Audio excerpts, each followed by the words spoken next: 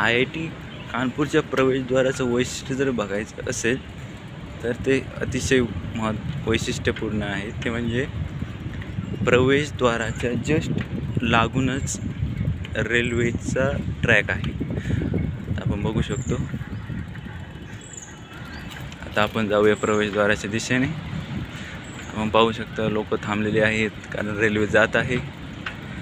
आणि किती जवळ आहे प्रवेशद्वारापासून रेल्वे ट्रॅक तुम्ही स्वतः पहा.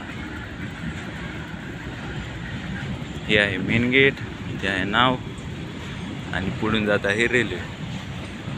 हे आहे रेल्वेचं क्रॉसिंग चिन्ह, स्पीड ब्रेकर्स आणि लोक आहेत थांबले.